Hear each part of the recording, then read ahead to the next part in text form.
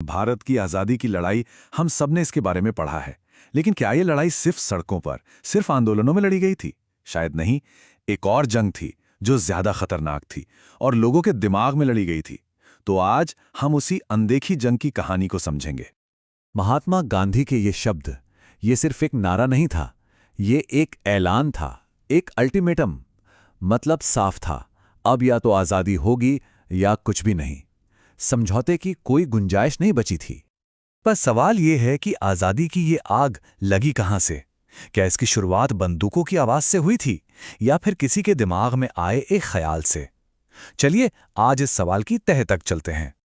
इस लड़ाई को समझने के लिए ना हमें पहले दुश्मन को समझना होगा। और दुश्मन सिर्फ अंग्रेजी हुकूमत नहीं थी, बल्कि उनका बनाया हुआ एक तिलिस्म था, एक ऐसा मायाजाल जिसने पूरे देश के दिमाग को जकड़ रखा था। देखिए, अंग्रेजों ने भारत पर सिर्फ बंदूक के दम पर राज नहीं किया। उन्होंने एक बहुत चालाक कहानी गढ़ी कि वो हमारे माई बाप हैं और हम तो असभ्य भारतीय हैं जिन्हें उनकी जरूरत है। ये सिर्फ एक कहानी नहीं थी, ये दिमाग पर कब्जा करने का एक बहुत बड़ा हथियार था। तो यहाँ ना एक साथ दो बिल्कुल अलग अलग कहानियां चल रही थीं। एक तरफ अंग्रेज कहते थे कि देखो, हम तुम्हारे लिए कानून लाए, मॉडर्निटी लाए, तुम्हें सभ्य बनाया। और दूसरी तरफ थी भारतीयों की हकीकत कि ये सब तो बस एक दिखावा है, असलियत तो आर्थिक लूट और मानसिक गुलामी की है। उस दौर के राष्ट्रवादियों ने इस हालत को तिलिस्म का नाम दिया। बिल्कुल सही शब्द है। ये एक वैचारिक एनेस्थीसिया जैसा था। मतलब आपको सुन्न कर दिया गया है ताकि जब आपका शोषण हो तो आपको दर्द का एहसास ही ना हो। लेकिन देखिए, हर तिलिस्म एक ना एक दिन टूटता है। और इस तिलिस्म को तोड़ने वाला हथियार कोई बंदूक या तोप नहीं था, बल्कि कुछ आंकड़े थे। ऐसे आंकड़े जिन्होंने अंग्रेजों के सबसे बड़े झूठ की पोल खोल दी। और इस कहानी में एक हीरो की एंट्री होती है, दादा भाई नौरोजी। उनका हथियार कोई बंदूक या तोप नहीं था, उनका हथियार थे नंबर्स, आंकड़े और आर्थिक विश्लेषण। नौरोजी ने दुनिया के सामने ड्रेन ऑफ वेल्थ थ्योरी यानी धन की निकासी का सिद्धांत रखा। उन्होंने साफ साफ आंकड़ों के साथ ये दिखाया कि कैसे भारत की दौलत लगातार एक तरफा इंग्लैंड भेजी जा रही थी और बदले में भारत को क्या मिल रहा था? कुछ भी नहीं। ये कोई व्यापार नहीं था, ये तो खुली लूट थी। और ये होता कैसे था? पूरा एक सिस्टम बना हुआ था। भारत से कच्चा माल और सस्ता लेबर लो, उसे इंग्लैंड ले जाकर फैक्ट्री में माल बनाओ और फिर वही तैयार माल वापस भारत को ऊंचे दामों पर बेचो। इसका नतीजा क्या हुआ? भारत के अपने जो उद्योग धंधे थे वो सब तबाह हो गए और देश गरीब से और गरीब होता चला गया। कितना पैसा लूटा गया, इसका एक अंदाजा है? आज के हिसाब से करीब $40 ट्रिलियन। 40 ट्रिलियन, ये सिर्फ एक नंबर नहीं है, सोचिए जरा। ये उस लूट का सबूत है जो भारत ने सही, ये वो कीमत थी जो हमने अपनी गुलामी के लिए चुकाई। तो अब सच सबके सामने था, कम से कम उन लोगों के सामने जो पढ़ लिख सकते थे।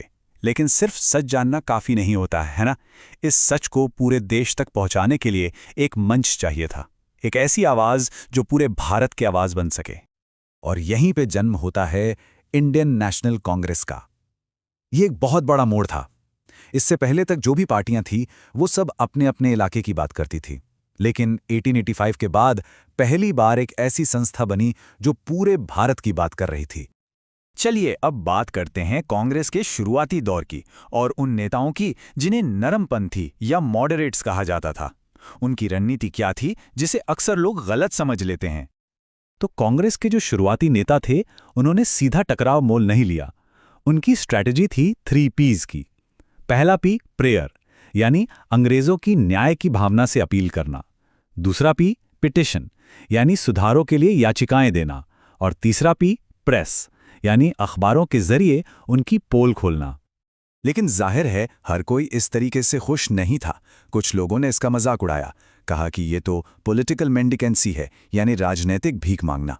और ये जो कहावत है कि बरसाती मेंढक की तरह साल में एक बार टराने से कुछ नहीं होगा, ये उसी सोच को दिखाता है।